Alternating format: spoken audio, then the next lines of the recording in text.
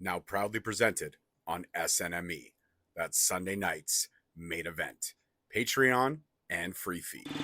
We just people from the north side. Once the Timmy's hit the shore fine. Winter ready on the four ties. Heavy traffic during 4-5. Gotta hustle on your own time. Color people every port side. We just people from the north side. Once the Timmy's hit the shore fine.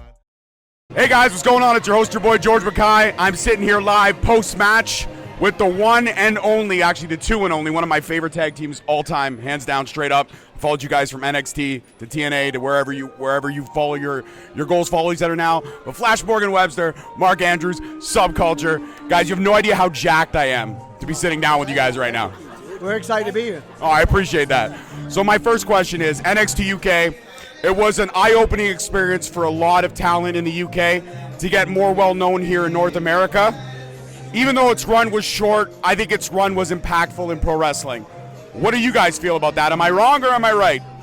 Yeah, I definitely couldn't agree more. As you said, it was short, but you just have to look at the lasting impact it's had. The amount of people that came from NXT UK now are on the main roster, like the likes of Rhea Ripley, Gunther, JD Madonna, Pete Dunne, Tyler Bates, like all those people. Yeah, WrestleMania was littered with pretty deadly littered with so many. I could keep on naming them, but outside of that as well, as you said, like we're here today in Canada. SUBCULTURE was part of that, of course. Trent Seven also part of that. So again, that impact is seen still far and wide. I compare NXT UK and kind of making you guys all household names over here to like the British invasion of the 60s. But you guys had your own British invasion in pro wrestling. You guys were like the Beatles of professional wrestling.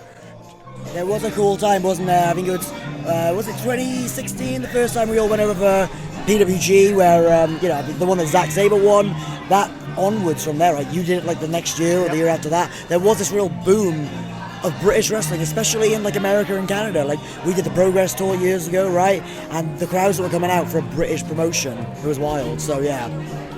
So you're here now, Destiny World Wrestling. How has your experience overall been here at Destiny, from dealing with Emilio, the booking process, to that incredible match? You guys had an easily hands-down match of the night. You guys versus Fighter Flight and Alexia Nicole, Danny Luna. You six lit it up. I actually said it on commentary. 6 of the baddest professional wrestlers in one ring at one time. It was fucking insane. I appreciate that, yeah. Destiny's absolutely fantastic. Like, it has a cool vibe about it. Emilio's pushing the boundaries, trying to get like world status, trying to get all the eyes on this product. You can tell tonight he brought in SUBCULTURE, Kenta, Santana, Trent Seven. Like, the names go on. I know that he's going on to do bigger and better things, but yeah, the entire experience has been great from the fans. Super respectful, super lovely. Everyone here just putting in a shift. And yeah, from the start to finish, dealing with him, travel, everything has been world class. It really has. So yeah, I can't praise him enough. Yeah, I really do hope we're coming back sometime soon.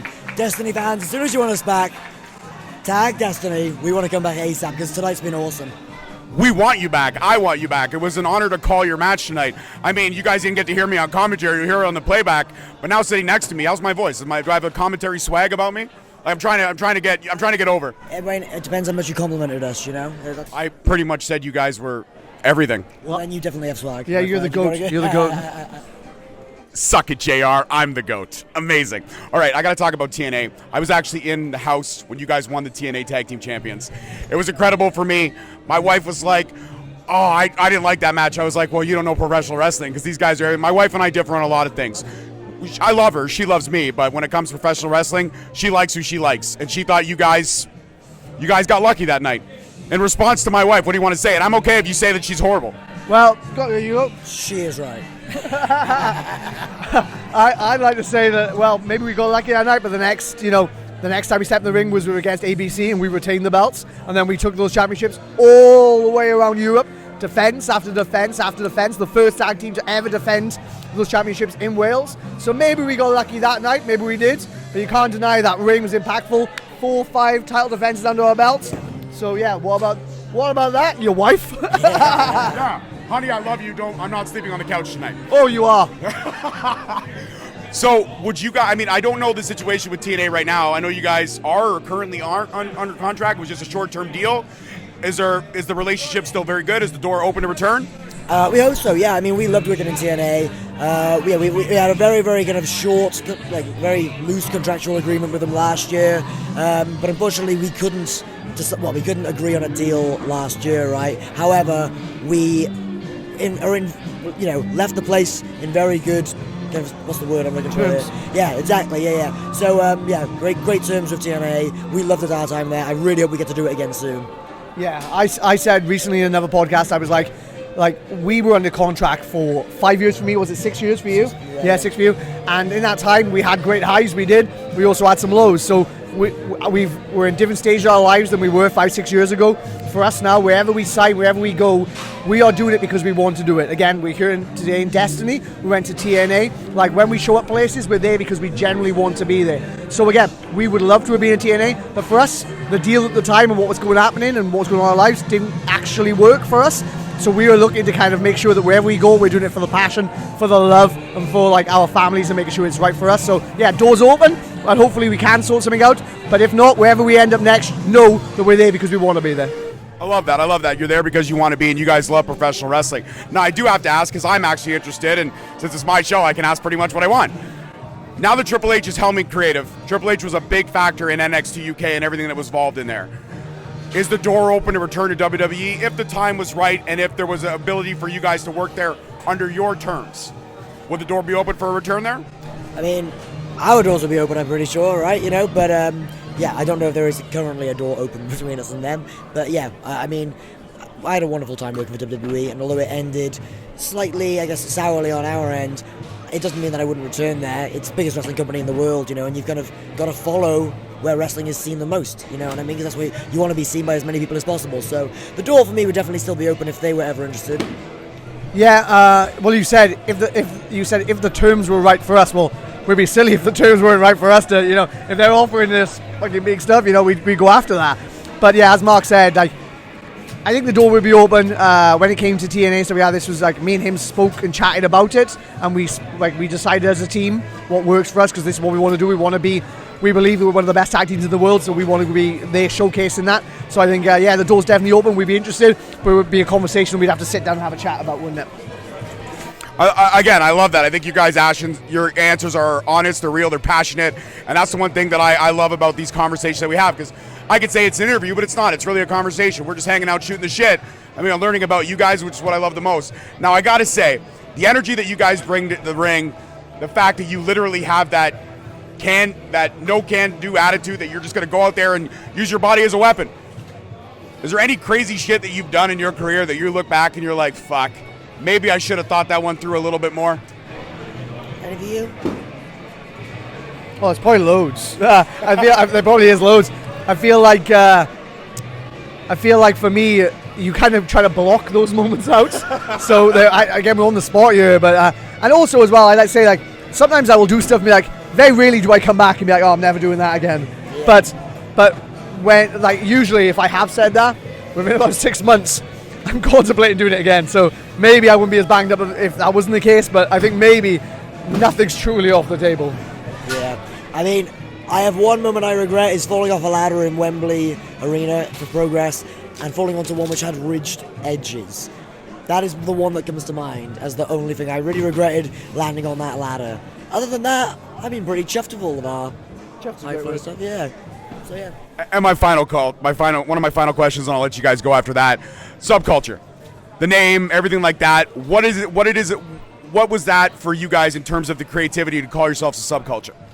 We originally called ourselves South Wales Subculture, right? Had a great ring to it, and I guess the reason behind it was that at the time we were from like different subcultures outside of wrestling. Me from very much like punk rock, pop punk kind of scene, and you from like the indie music scene, right, and the kind of mod music scene. So we're like, oh, it kind of works out because we're from South Wales and we're in subcultures. Then obviously we ended up dropping the name, and Danny joined, and it kind of made even more sense then, right, because she was also from a separate kind of subculture. So yeah, it just felt like something that could represent our brand and like who we are, kind of as real people, but especially in wrestling with our characters as well. Yeah, and one thing I don't think we really thought about, but after it became the name, it's really kind of led into it, is that like the word subculture is used quite a lot by wrestling fans. They talk about wrestling subculture, and all those different subcultures within wrestling, fandom and stuff like that. So I guess like we're here to say that not only is it like Indian mod culture and pop punk, and then punk with Danny and stuff like that, but there's also wrestling as a subculture as well. We represent everyone who loves that subculture, who is a part of a subculture, who is someone who's like, stands out from the crowd, is a little bit different, but wants to feel like they're part of something. Yeah, we represent all them. I love that. And a bonus question, because when I introduced my little girl to you guys, who's a big fan of you guys, you actually pointed out that my daughter has a Billie Eilish shirt, and Danny agreed that it was cool. Yep. Are you guys Billie Eilish fans? Oh, yeah, 100%. Yeah. So what is your favorite Billie Eilish song? I know she's over there probably brimming right now. Do you have a favorite? The one for the James Bond movie. Oh, okay. What's it go? No time to die. No time to die. Look at that. I would say that. Look how happy she is. I say this about the song. What's the Barbie song called? What was that? Oh, That is a bad one. her performance on the Yeah. her performance on the Oscars was unreal. So good. Literally, she performed it, and I just turned to the wife and was like, she has to win the Oscar, doesn't she? And she did outstanding. But who doesn't love Bad Guy, right? Bad Guy. They're all bangers. Do-do-do-do-do. What's the other one? My favorite one is All Good Girls Go to Hell. There you go, another banger. Banger after banger. Banger after banger, man. Banger after banger. Now you have cemented yourself as her favorite pro wrestlers for life. Look That's at that. it. Fantastic. That's goals right there, guys. The Wait, mini host is all about you. Appreciate it. Ladies and gentlemen, Flash Morgan Webster, Mark Andrews, an incredible short conversation. I can't wait to do it again down the line. Peace, love, and wrestling. This is bucket list moment for me. I'm geeking out. Destiny Wrestling. Thank you, guys. Peace out. We'll see you next time. Thank you, guys. Gentlemen, I appreciate it so much. Thank you so much for watching. Please don't forget to like, subscribe, comment, and turn on that notification bell so you get notified each time we post a video. Alternatively, you can check us out on all podcast platforms and hosted on Podbean. We are also available on the SNME network. That's the Sunday Nights Main Event Patreon. Please feel free to check us out there as well. And don't forget to follow us on all social media platforms at _Straight Talk on Twitter, at Straight Talk Wrestling on Instagram, Straight Talk Wrestling on Facebook, Straight Talk Wrestling on TikTok, and of course, you can check out all our merch at ProWrestlingTees.com. I don't need a nigga cosign. Without the liquor, you become a victim. You ain't never got a pole mine. I ain't messing with this generation. Fuck your gender, I ain't got